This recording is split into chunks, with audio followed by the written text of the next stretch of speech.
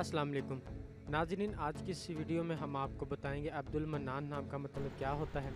Video की journey बढ़ने से पहले अगर आपने अभी तक हमारा चैनल सब्सक्राइब नहीं किया, जल्दी से चैनल को सब्सक्राइब कर लें और साथ ही लगे बेल के बटन को भी लाजमी प्रेस कर लें। नाम अब्दुल मन्नान, मायनी मोहसिन का गुलाम, जिन्स लड़का, मज़हब इस्लाम, लकी नंबर 9, मुआफिक दिन मंगल और जुमेरात, मुआफिक रंग सुरख और बेनफ्शी, मुआफिक पत्थर रूबी, मुआफिक देहातें तांबा और लोहा।